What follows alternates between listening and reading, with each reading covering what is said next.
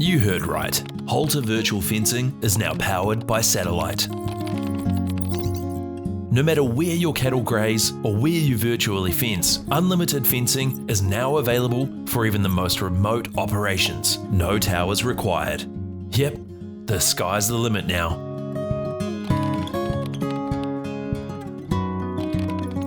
Each animal wears a lightweight, solar-powered collar that connects via satellite to a mobile phone app. Farmers and ranchers use this app to create virtual fences and move their herd remotely.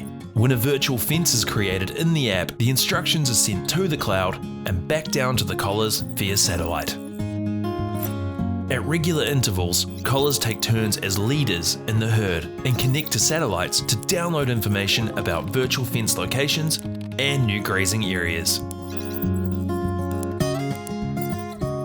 The leader collar then shares this information to the other collars in the herd. Collars also share information, such as location and animal behaviour, back to their leader collar. This data can be viewed 24/7 in real time in the Halter app. Throughout this process, system checks ensure that all collar data is successfully uploaded and that every collar receives the latest instructions. The cycle then repeats, keeping the herd connected. So that's it. Sky's the limit now.